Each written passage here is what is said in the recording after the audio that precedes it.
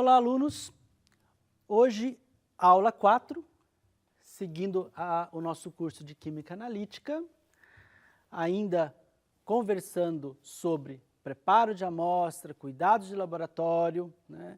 Porque o sucesso de uma análise, ela vem, né, da coleta, do preparo, da obtenção dos dados, depois do uso adequado do instrumento de medida que você vai utilizar.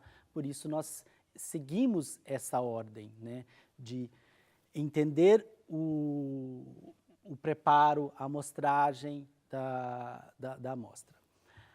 A coleta, né, nós não vamos discutir detalhes das coletas porque é muito amplo, né? O assunto coleta de amostra ele é extremamente amplo porque, como vocês podem ver naquela figura, né, do papel da química analítica na sociedade, né, a diversidade de amostra é muito infinita. Eu teria que ficar dias aqui falando dos cuidados que você tem que ter de coleta de amostra de um solo, é totalmente diferente, né, do sangue, que é diferente de uma planta e assim por diante. Mas existem as maneiras, os cuidados gerais que nós temos que ter. Então, na aula de hoje, nós vamos discutir um pouco de amostragem, um pouco de padronização, um pouco de calibração, falar um pouquinho de titulação, né, que é muito importante em química analítica.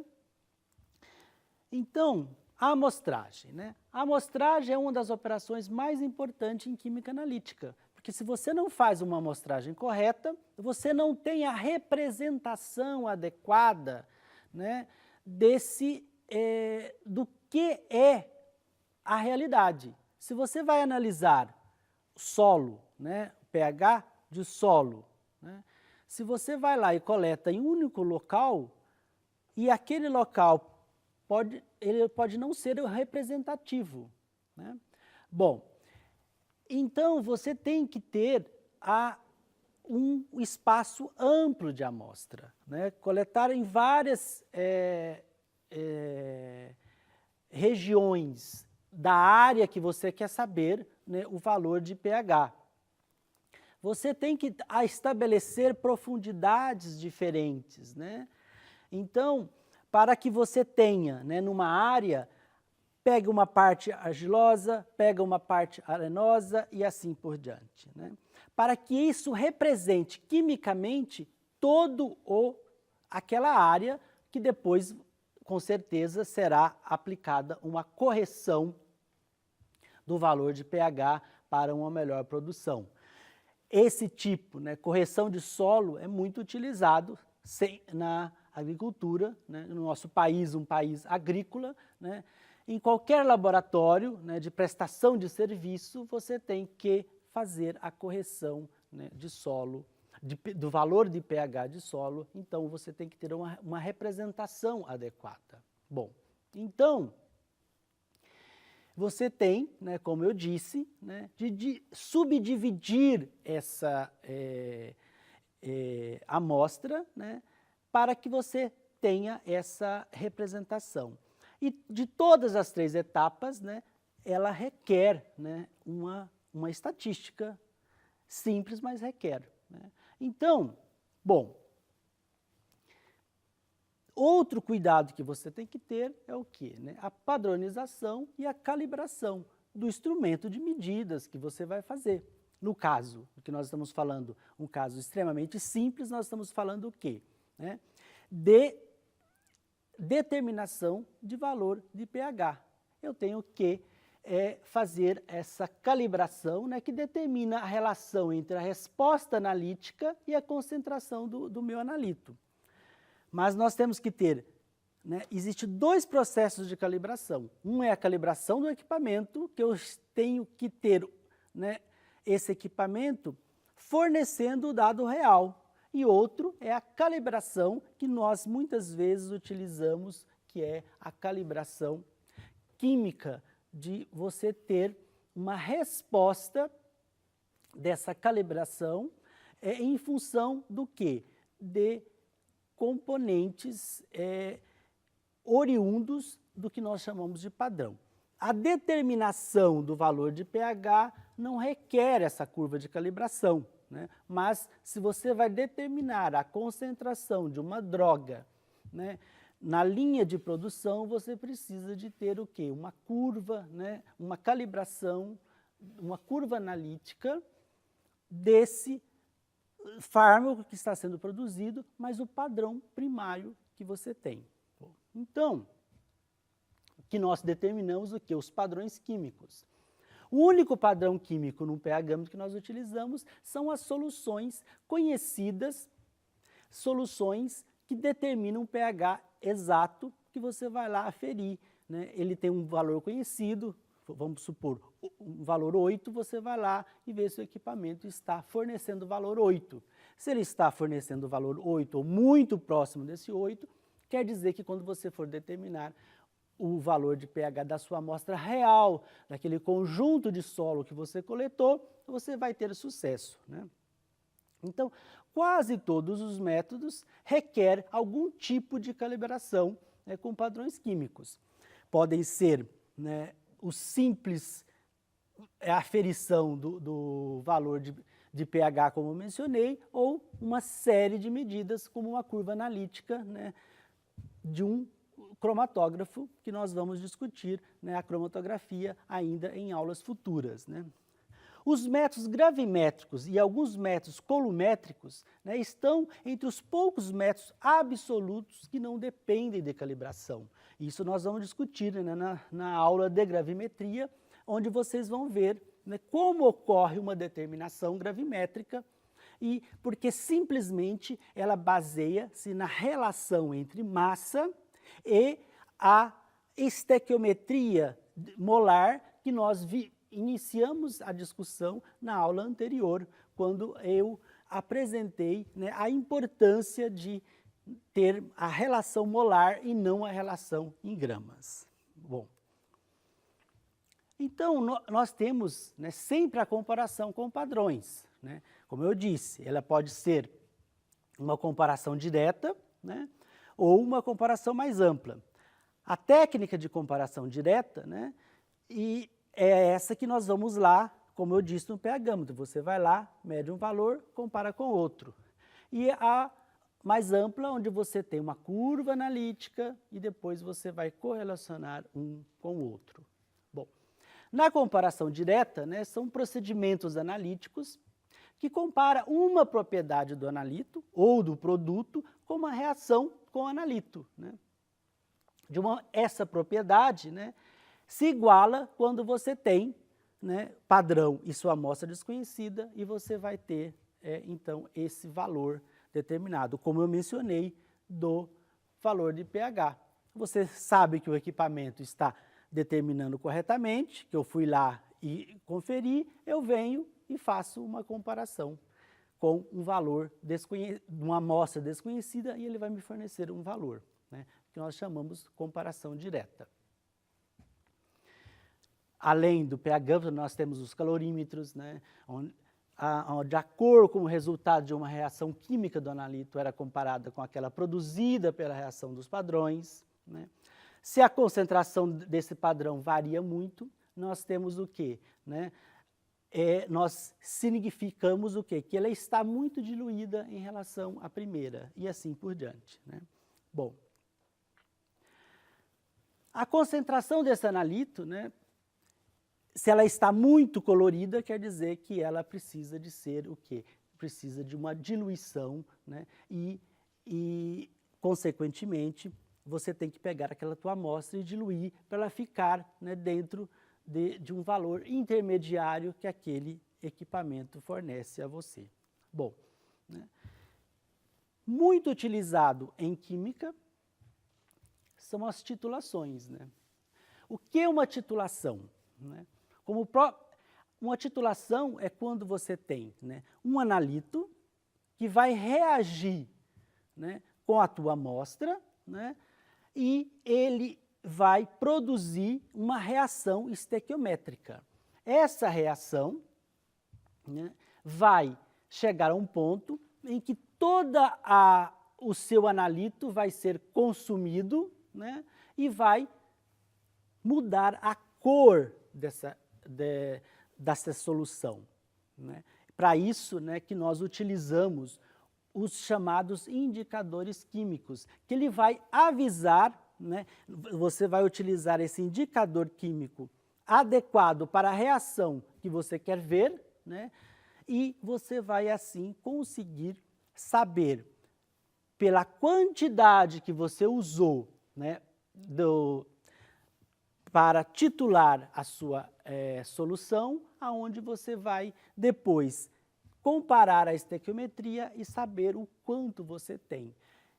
Esse processo de titulação foi muito utilizado, né, largamente, hoje ainda é utilizado, mas não tanto quanto aí como foi no século passado, né, onde você baseia-se em reações em meio líquido, né, em meio aquoso, e você consegue saber a quantidade de um reagente. Ele é extremamente utilizado para espécies inorgânicas, onde você tem, né, as reações inorgânicas extremamente estabelecidas na literatura, e assim você pode determinar com equipamento simples. O que você utiliza? Um pipetador, né, uma bureta de vidro, reagentes e conhecimento químico, e o seu olho para determinar o que nós chamamos o ponto de viragem de uma reação, né? A titulação, por exemplo, de um ácido forte, né, com uma base forte, que nós produzimos, né, utilizando, né, uma solução padronizada de NaOH, quer dizer, uma solução que você tem noção exata da concentração de hidróxido de sódio, né, para você fazer o quê? Determinar o ácido, a concentração desse ácido que você tem, né? Que essa reação nada mais é do ácido clorídrico com hidróxido de sódio, né, que você vai produzir um sal e uma água, né? O que você vai fazer? Você vai pegar essa sua solução que tem o seu ácido clorídrico, que você quer determinar o quanto ele tem de ácido clorídrico, né, num processo de produção, vai titulando com hidróxido de sódio, que você tem noção exata da concentração desse hidróxido de sódio. Quando essa reação, né, consumir todo o ácido, vai mudar de cor, e aí você vai saber que parou, quer dizer, acabou a reação, acabou o ácido. Sabendo o quanto consumiu de NaOH e com a reação 1 para 1, você vai fazer os seus cálculos e vai descobrir o quanto tem de ácido clorídrico. Isso é feito, né, muitas vezes hoje é feito automatizado, mas você é feito nesse processo de titulação, né? Bom, e aí por isso que você tem que trabalhar com mols, né? Não gramas. Então, aqui nós temos, né, a instrumentação, como eu disse, ela é extremamente simples, é uma bureta graduada, onde você deve, né, saber o volume, por isso ela tem que estar bem aferida, totalmente limpa, né? Aqui você vai colocar o seu ácido aqui, e a bureta você vai preencher com a solução de NaOH. E você vai produzir um gráfico, né, similar a esse. E aqui é onde nós chamamos, né, o ponto final. É nesse ponto que ele muda de cor, né, porque aqui dentro nós temos o que nós chamamos um indicador. É uma outra reação que ocorre, né, que sinaliza para você essa mudança de cor, né? No exemplo citado, nós temos a fenolftaleína, que é um dos mais comuns utilizado em um laboratório, né, que ela tem um ponto final, né, conhecido, e esse ponto final vai ser quando mudar, né, o valor de pH. Enquanto tem ácido, né, ela vai estar incolor, né? No momento em que consome todo o ácido, que ela passa para um valor básico, porque você tem só NaOH, consumiu todo o ácido, ela vai mudar de cor, né? E aí nós temos o momento em que você para a bureta e você vai fazer os cálculos conforme mencionado. E os maiores detalhes dos cálculos está no material de apoio. Bom, agora nós vamos discutir uma situação onde nós temos a calibração com o padrão externo, né? Não uma comparação ou simplesmente uma estequiometria ou uma comparação direta, né? Mas nós temos o quê? Antes de você fazer a sua determinação, né? Da sua amostra desconhecida, nós realizamos, né, uma calibração com o padrão primário, que é nada mais e nada menos do que a mesma molécula que você quer determinar, mas ela é isolada, pura, 100%, aonde você vai fazer uma série de determinações naquele equipamento que vai te dar uma resposta, pode ser uma absorbância, uma altura de pico, uma área de pico, né, uma banda espectral, e depois você vai construir uma curva que nós chamamos curva de calibração, né, aonde você vai fazer um gráfico, você vai ter esse gráfico e uma equação, né, matemática adequada, que depois, em seguida, você tem as suas amostras reais, sua série de amostras reais, com as suas replicatas, conforme o protocolo sempre diz, e você vai ter o que nós chamamos de o método dos mínimos quadrados, uma equação de segundo grau, né, para fazer essa determinação. A curva analítica, exatamente, ela vai te dar essa aparência aqui, né, onde você vai variar diferentes concentrações que vão te dar diferentes respostas, e ela vai ter, né, uma região linear, né, aqui em maiores detalhes, né, uma certa inclinação, e você tem, né, um coeficiente linear, que tem que ser sempre maior ou igual a 0,98, quer dizer, isso matematicamente, quer dizer que os pontos estão variando de forma linear conforme você aumenta a concentração e a resposta do equipamento que você tem, né? E, consequentemente, você vai ou jogar o seu dado da sua amostra real nessa equação, ou vir aqui nesse gráfico e comparar. Isso vai ficar em função, né, da sua disponibilidade. Se você tem 2, 3 amostras, você vem aqui e compara. Agora, se você tem centenas de amostras, você vai jogar isso num programa computacional que vai te dar essas respostas, senão você vai ficar aqui 2 dias só comparando esse gráfico, né? Aqui nós temos, né, o exemplo de uma curva analítica. Conforme eu estou aumentando a concentração, eu estou aumentando o pico, né, da resposta do equipamento. Né? No caso aqui, é um amperograma, ele está medindo uma corrente conforme eu vou aumentando, né, a concentração, né, do meu analito. E depois, isso é o analito padrão primário, né? Depois eu venho com a minha amostra real e ela tem que ficar nesse intervalo, ela não pode ficar nem aqui para fora e nem para cá, né? E aí, consequentemente, eu vou saber o quanto tem, né, na minha amostra. Isso é uma situação corriqueira de um laboratório que você tem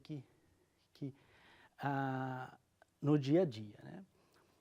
Muitas vezes, outro termo muito conhecido é o padrão interno que nós colocamos.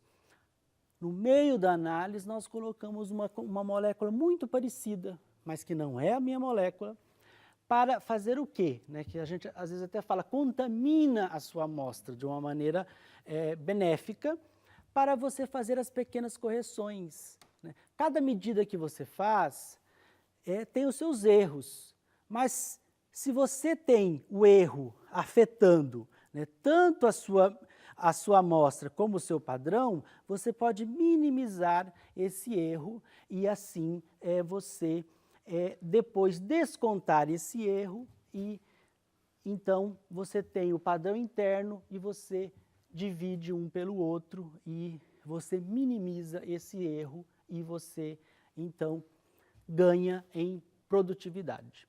Bom, era isso a aula de hoje. Muito obrigado.